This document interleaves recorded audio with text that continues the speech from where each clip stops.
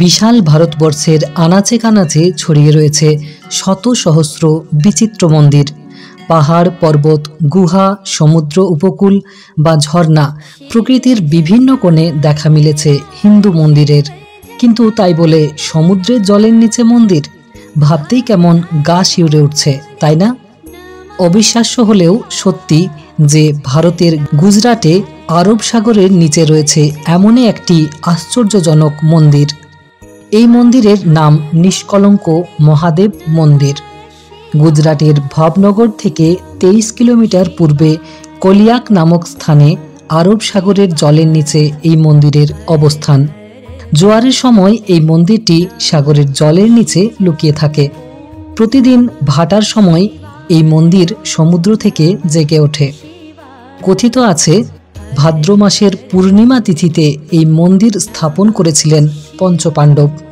কুরুক্ষেত্র যুদ্ধ শেষে স্বজনহানি, লোকক্ষয় ও ধ্বংসযজ্ঞ দেখে পাণ্ডবরা অনুশোচনায় ভুগতে থাকেন।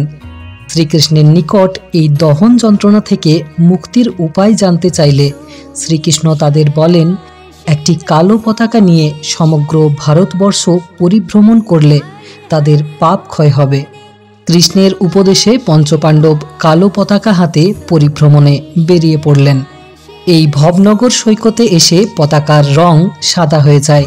পাণ্ডবগণ ভাবলেন ঈশ্বরের করুণায় তারা কলঙ্কমুক্ত হয়েছেন, তাই তারা এখানে 5টি শিবলিঙ্গ স্থাপন করে পূজার আয়োজন করলেন। সেই থেকে এই মন্দির নিষ্কলঙ্কেশ্বর শিব মন্দির হিসেবে পরিচিতি পায়। সমুদ্র তট থেকে প্রায় 1.5 কিলোমিটার হাঁটলে তবেই দর্শন পাওয়া যায় শিব ঠাকুরের। তবে আপনার ইচ্ছে মতো সময়ে গেলে দেখা পাবেন না নিষ্কলঙ্কেশ্বর মহাদেবের। জোয়ার ভাটার সঠিক সময় জেনে তবেই আপনাকে মন্দির দর্শনে যেতে হবে।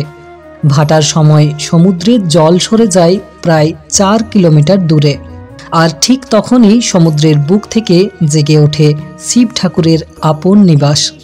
কয়েক ঘন্টা পর যখন জোয়ার আসে তখন মন্দিরটি আবার মিলিয়ে যায় সমুদ্রের জলে। তখন কেবল মন্দিরের উপরের পতাকা উড়তে দেখা যায়। ভাটার সময় মন্দির জেগে উঠলে থকথকে কাদার মধ্য দিয়ে সাবধানে পা টিপে টিপে পৌঁছাতে হয় মন্দিরে, কেননা কাদার মধ্যে ছড়িয়ে থাকে ঝিনুক, ছোট ছোট শঙ্খসহ নানা অজানা জিনিস। চলতি পথে দেখা যায় কোথাও অল্প জলে ছোট ছোট মাছ খেলে বেড়াচ্ছে। প্রায় 1.5 কিলোমিটারের মতো হেঁটে পৌঁছাতে হয় নিষ্কলঙ্কেশ্বর শিব মন্দিরে। মন্দিরের দুপাশে 2টি স্তম্ভ রয়েছে, যার উপর লাগানো রয়েছে লাল ও গেরুয়া রঙের পতাকা। স্তম্ভ দুটির উচ্চতা প্রায় 15 ফুট। ভক্তরা মনস্কামনা পূরণের জন্য স্তম্ভ দুটিতে ডোর বাঁধেন। চওড়া চাতালে দৃশ্যমান 5টি শিবলিঙ্গ। কোনোটির গায়ে লাগানো রয়েছে ফনা তোলা পিতলের সাপ। ঝোলানো আছে বড় দানার রুদ্রাক্ষের মালা।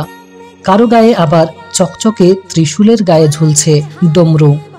গুজরাটের নিষ্কলঙ্ক মহাদেব মন্দিরে শিব ঠাকুরের পুজোর উপকরণ সামান্যই: চাল, গোটা নারকেল, একটু সিঁদুর আর নকুলদানা। খুঁতহীন অখণ্ড চালের দানা দিয়ে নিষ্কলঙ্কেশ্বর শিবের পূজা হয়ে থাকে। আর প্রসাদ হলো শুকনো মুড়ি আর এলাচ দানা। পূর্ণিমা ও অমাবস্যায় যখন জোয়ার ভাটার দৈর্ঘ্য বেশি থাকে তখন মন্দিরটিতে গেলে বেশি সময় ধরে অবস্থান করা যায়। তবে আপনি চাইলে যে কোনো দিন ভাটার সময় মন্দিরটি দর্শন করতে পারবেন। ভিডিওটি ভালো লেগে থাকলে অবশ্যই লাইক এবং শেয়ার করে অন্যদেরও দেখার সুযোগ করে দেবেন। ভিডিওটিতে শেষ পর্যন্ত থাকার জন্য অসংখ্য ধন্যবাদ।